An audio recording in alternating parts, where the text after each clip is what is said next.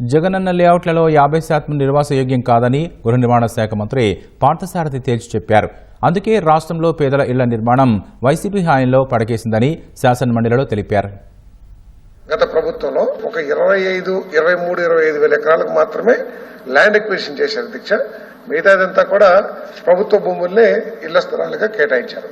కాకపోతే దురదృష్టం ఏంటంటే అధ్యక్ష, దీంట్లో నివాసయోగ్యంగా ఉన్నాయా, నిర్మాణ యోగ్యంగా ఉన్నాయా, ప్రజలు అక్కడికి వెళ్లటానికి సుముఖత చూపించే పరిస్థితులు, కావాల్సిన ఇన్ఫ్రాస్ట్రక్చర్ ఉందా లేదా అని చూడకోకుండా ఇష్టం వచ్చిన రీతిలో స్థలాల్ని సెలెక్ట్ చేయడం కూడా ఈ కార్యక్రమానికి పెద్ద అవరోధంగా మారిందని చెప్పేసి కూడా నేను మనవి చేస్తాను అధ్యక్ష. దాదాపు 11,000 లేఅవుట్లు ఉంటే దాంట్లో 50% లేఅవుట్లో ఎవరు వెళ్లే పరిస్థితి కూడా లేదు, వెళ్ళటానికి సుముఖత కూడా చూపించని పరిస్థితి అధ్యక్ష. ఎందుకంటే గుట్టలు, లేకపోతే చెరువులు, లేదా ఆవ భూములు, రకరకాల సమస్యలు, ఆఖరికి శ్మశానాలను కూడా ఒక 5 ఎకరాల శ్మశానం ఉంటే దాంట్లో 2-3 ఎకరాలు ఇళ్ల స్థలాలుగా మార్చిన పరిస్థితులు కూడా ఉన్నాయి అధ్యక్ష.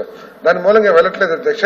ఏదేమైనా కూడా వీలున్న చోట్లన్నీ కూడా డెవలప్ చేసి ఇళ్ల స్థలాలు ఇల్లు నిర్మించే కార్యక్రమం చేస్తామని చెప్పేసి కూడా నేను మనవి చేస్తాను అధ్యక్ష.